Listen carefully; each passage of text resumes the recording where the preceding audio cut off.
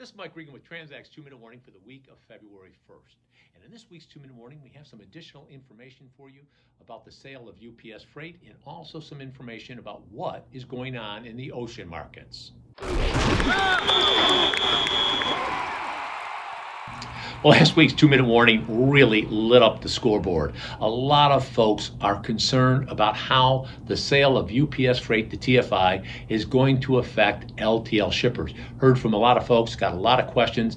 The most commonly asked question was this: can you help us understand how this transaction is going to impact LTL shippers in 2021 and beyond? Now, in answering that question, it's important that you understand that in the presentation that UPS shared with the marketplace, they detailed the fact that UPS Freight is a $3.2 billion carrier that has margins of 1 or 2%. And folks, that isn't anywhere close to the kind of margins that carriers like Old Dominion or XPO are making. And candidly, we don't think that's going to be acceptable to a carrier like TFI. They're not spending $800 million to earn 1 or 2%. Now, a logical question would be, well, why were their margins so low? Well, a lot of people believe that UPS Freight was used as a loss leader for UPS.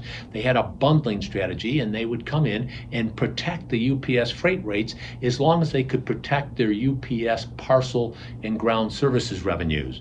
Now, that strategy is obviously out the door with TFI. They've promised that it's going to be basically business as usual, status quo for UPS Freight customers until the transaction is assimilated into their network. But once that's done, make no mistake about it, they're going to be looking for ways to increase their margins. They can do it one of two ways typically. You can either lower cost, increase rates.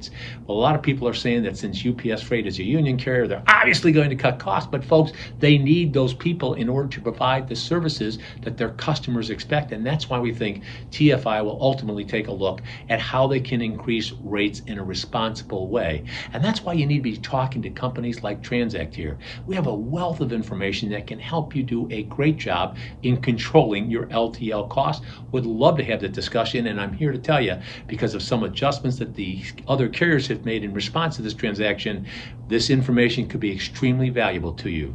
Now, we also have some information about what's going on in the ocean markets. To make a long story short, the ocean carriers are sending out notices to their customers, letting them know that with the Chinese New Year here coming up February 12th, things are going to get real interesting, because with COVID issues in China, you have a lot of plants that aren't producing anywhere near capacity, and we're also seeing some critical labor shortages at the Chinese ports. By the way, we're also seeing those labor shortages at the West Coast ports because of COVID-related issues. Once again, we've got some ideas we can share with you what other companies are doing. All you need to do is send me an email or give us a call, because with each and every 2-minute warning, we're here to remind you we are on your team, we're here to help, and we're passionate about seeing you be successful.